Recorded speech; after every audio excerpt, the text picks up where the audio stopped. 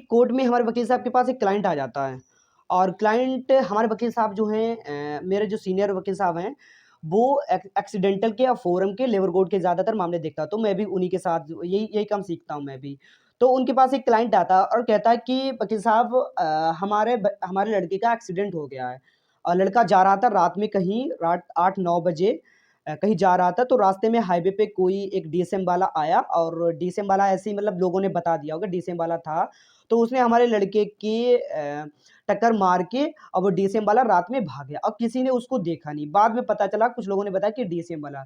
तो वकील साहब ने उनसे पूछा कि आपको कैसे पता चला डीएसएम? तो उन्होंने बता दिया कि जो है लोगों ने कह दिया था, बताया है कि लोगों ने क्या क्या वकील साहब ने दोबारा पूछा, क्या आपको उस डीसीएम का नंबर पता नहीं? तो उसने कहा भैया बाबूजी वकील साहब इसका नंबर नहीं पता हमें, ना तो उसके बारे में कोई डिटेल पता है। क्या आपने एफआईआर भी करवाई? तो इन्हें एफआईआर भी नहीं करवाई थी, कुछ भी नहीं करवाया था।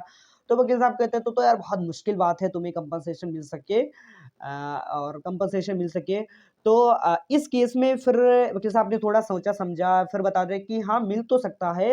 उन्होंने बताया कि एमबी एक्ट का सेक्शन 161 है, तो मैं वहाँ पे बैठा हुआ, तो मैंने तुरंत सीखा, तुरंत सर्च करा मैंने गूगल पे, मैं गूगल पे गया और सर्च करा कि section 161 of MB act what talks about.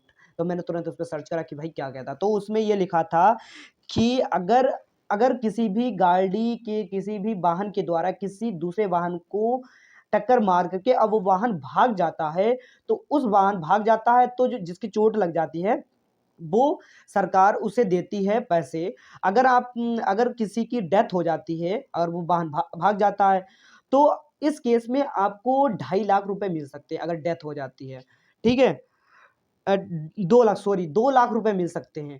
अगर आप इसमें अगर अगर डेथ हो जाती है तो 2 लाख रुपए मिल सकते हैं।